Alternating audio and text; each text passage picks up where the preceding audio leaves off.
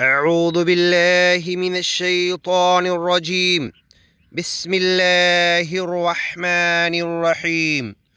وما أرسلنا من قبلك إلا رجالا نوحي إليهم من أهل القرى أفلم يسيروا في الأرض فينظروا كيف كان عاقبة الذين من قبلهم ولدار الآخرة خير للذين اتقوا أفلا تعقلون. حتى إذا استيأس الرسل وظنوا أنهم قد كذبوا جاءهم نصرنا فنجي من نشاء ولا يرد بأسنا عن القوم المجرمين.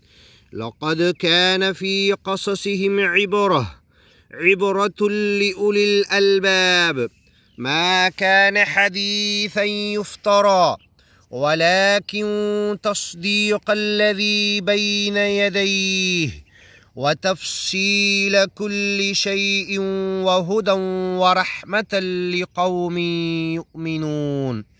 بسم الله الرحمن الرحيم.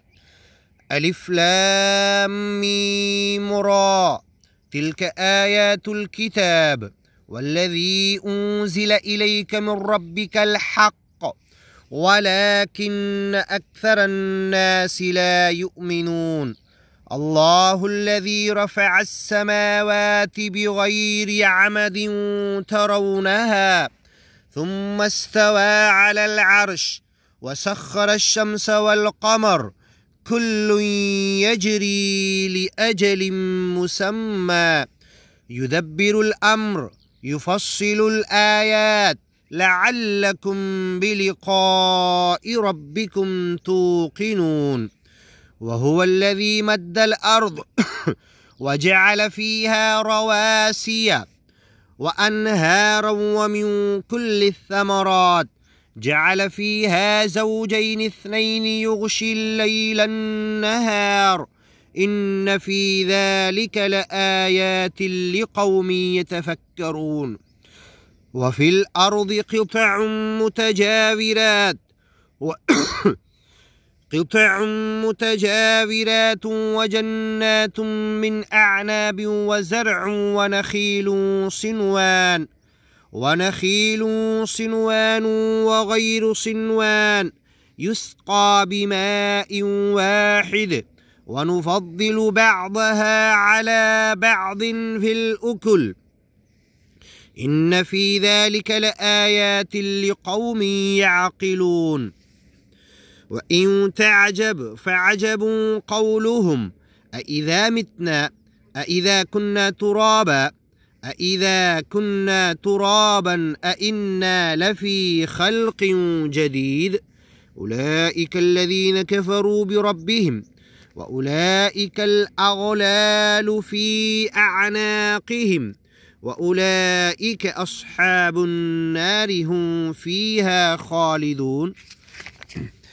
ويستعجلونك بالسيئة قبل الحسنة وقد خلت من قبلهم المثلات وإن ربك لذو مغفرة للناس على ظلمهم وإن ربك لشديد العقاب. ويقول الذين كفروا لولا أنزل عليه آية من ربه إنما أنت منذر ولكل قوم هاد.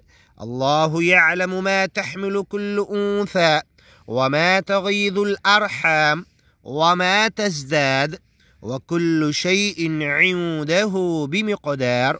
عالم الغيب والشهادة الكبير المتعال سواء منكم من أسر القول ومن جهر به ومن هو مستخف بالليل وسارب بالنهار له معقبات من بين يديه ومن خلفه يحفظونه من أمر الله إن الله لا يغير ما بقوم حتى يغيروا ما بأنفسهم وإذا أراد الله بقوم سوءا فلا مرد له وما لهم من دونه من وال.